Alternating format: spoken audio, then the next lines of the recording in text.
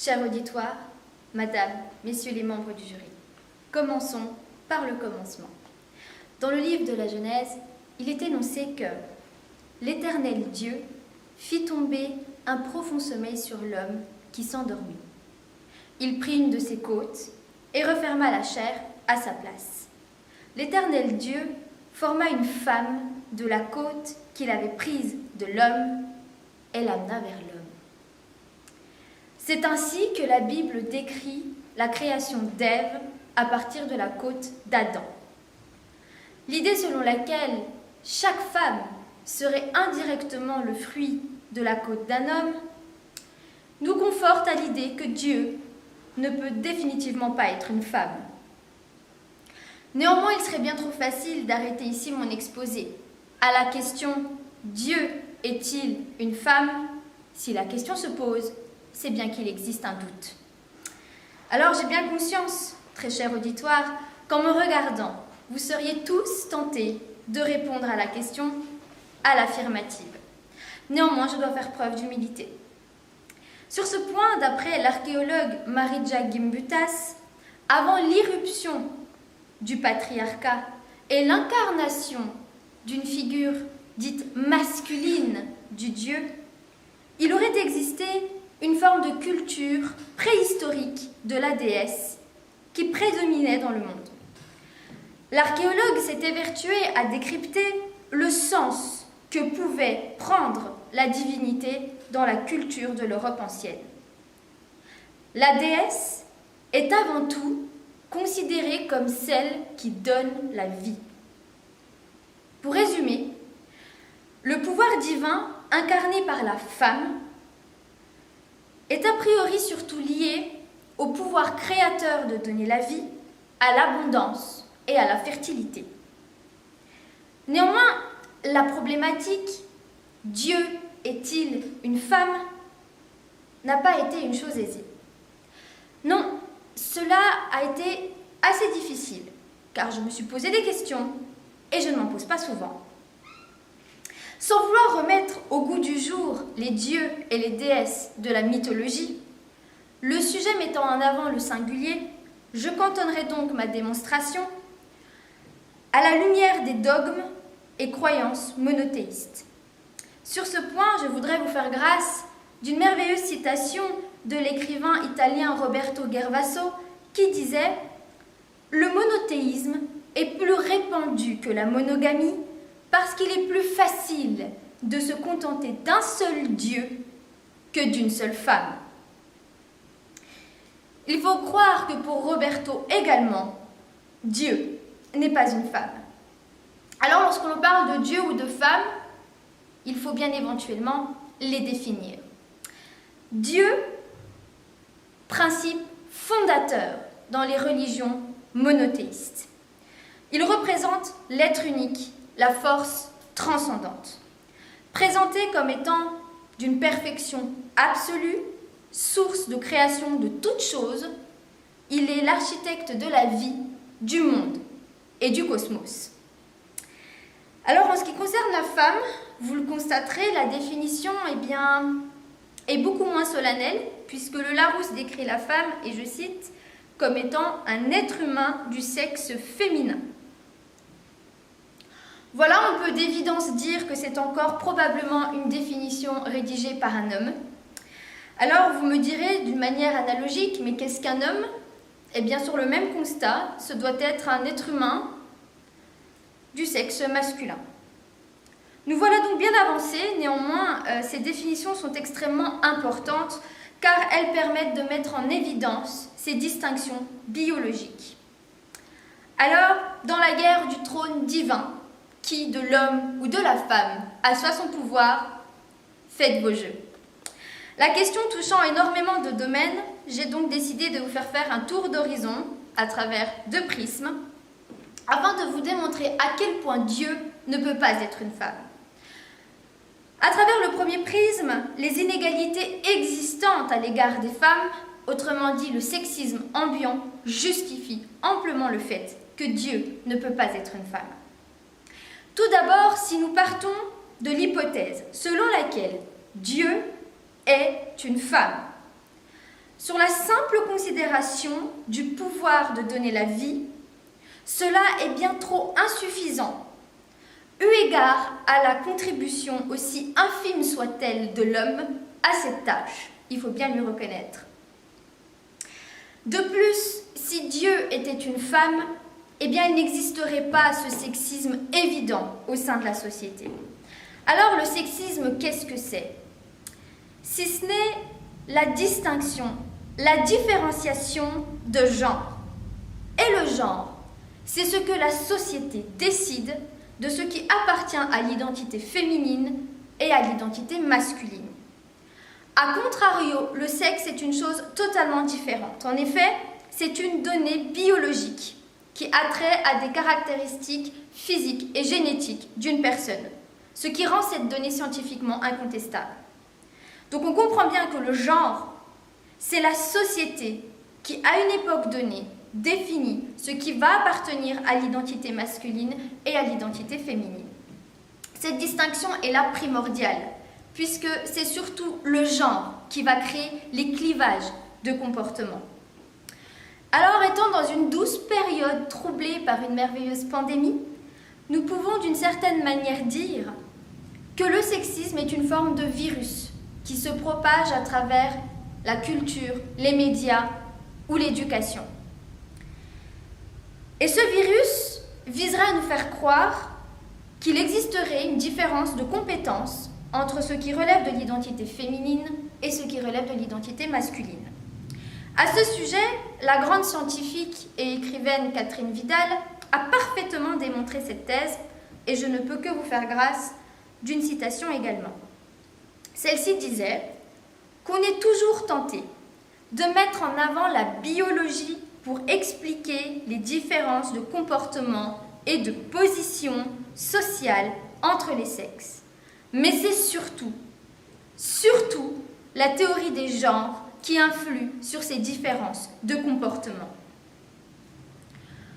En outre, si Dieu était une femme, il n'y aurait pas eu besoin de créer à partir des années 1980 un droit des femmes spécifique et complémentaire des droits de l'homme, sans oublier la question singulière des violences faites aux femmes. Si Dieu était une femme, le 18 décembre 1979, les Nations Unies n'auraient pas eu besoin d'adopter la Convention sur l'élimination de toute forme de discrimination à l'égard des femmes. Car il faut bien comprendre que la discrimination à l'égard des femmes viole les principes de l'égalité des droits et du respect de la dignité.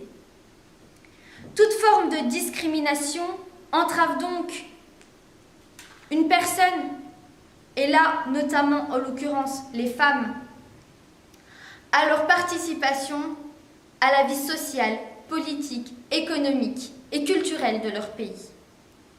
Donc si Dieu était une femme, il n'y aurait jamais eu autant de violence à leur égard. Et ces violences se formalisent à travers l'histoire et qui continuent aujourd'hui d'exister. Et ces violences, aujourd'hui, prennent différentes formes.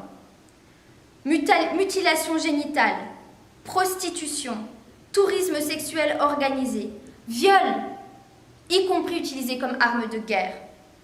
En 2020, en France, ce sont 98 féminicides et 2 personnes transgenres tuées. Mais plus encore, dans le monde, chaque heure, c'est 6 femmes qui sont tuées par une personne qu'elles connaissent. En outre, la femme porte chaque jour des responsabilités considérables. Selon l'INSEE, 64% des tâches domestiques et 71% des tâches parentales au sein des foyers seraient assumées par les femmes. Pensez à tout le temps, pour gérer la gestion de leur foyer. Au regard de ces chiffres, nous ne pouvons que reconnaître qu'elles subissent plus de la moitié des responsabilités au sein d'un foyer. Mais où sont les hommes, me direz-vous? Eh bien, très certainement trop occupés à rechercher la côte qu'ils ont perdue pour la création de la femme. Néanmoins, en tout état de cause, si Dieu était une femme, tous ces faits sexistes n'auraient pas existé. À travers maintenant le second prisme, l'impossibilité de rattacher l'image de la femme à celle de Dieu, qui représente en principe la perfection absolue. Celle qui a été considérée comme coupable du péché originel. Celle qui a été réduite à la représentation de tentatrice dénuée d'âme. Celle qui a été qualifiée de créature du diable. Peut-elle réellement être assimilée à l'image de Dieu ou à contrario? Pouvons-nous réellement assimiler l'image de Dieu à celle de la femme? Qu'on le veuille ou non, la femme répond directement ou indirectement à des critères de genre. Malgré l'existence de mouvements d'émancipation, force est de constater que ce sexisme demeure. Être une femme impliquait et implique toujours une façon d'être dans la société. Et donc, cela induit une forme de comportement particulier. Peut-on alors assimiler l'image de Dieu à celle d'une femme alors qu'il représente en principe la perfection absolue? Autrement dit, pouvons-nous considérer que la femme est parfaite puisque Dieu l'aurait façonnée à son image? Eh bien, je réponds non. Au-delà du fait que la femme aurait été façonnée à partir de la côte d'un homme, il serait surtout injuste de rajouter cette charge à la femme. Elle en a suffisamment. Non, la femme n'est pas un être parfait. Elle a le droit à ses moments de fatigue, de doute, d'incertitude, de trêve. Tous ces moments pleinement humains, mais qui trop souvent mis de côté pour la femme.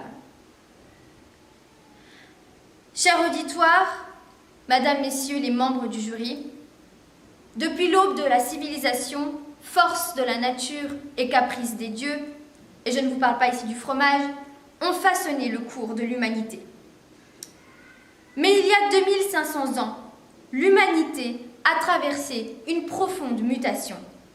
De nouvelles possibilités virent soudain le jour. C'est une époque où la rationalité a pris le pas sur les superstitions et les croyances. En ce qui concerne Dieu, les religions monothéistes sont unanimes. Il faut admettre sa perfection absolue. Par conséquent, au regard de toutes les imperfections inhérentes à la société, touchant également les femmes, si Dieu était une femme et qu'elle tentait certainement de soigner les maux de ses représentantes terrestres, force est de constater qu'elle ne les guérit pas. Notre salut ne se trouve pas en la divination de l'homme ou de la femme au grade suprême. Si on considère que le pouvoir est divin, car source de création, alors nul besoin de considérer Dieu comme une femme. Il réside une part de force créatrice en chaque être humain. Beaucoup de femmes ont changé le cours de leur époque, et ainsi le cours de l'histoire, grâce à leur ingéniosité, à leur force créatrice, mais surtout grâce à la force de leur courage. Elles ont donné un héritage aux générations postérieures, et il est de notre devoir que de continuer à perpétuer cet héritage en l'améliorant. Je conclurai avec les propos d'une grande femme qui a également contribué à l'évolution de la condition de la femme de son époque, Simone de Beauvoir. Et celle-ci disait « Le mystère de l'incarnation se répète en chaque femme. Tout enfant qui naît est un Dieu qui se fait homme. Merci.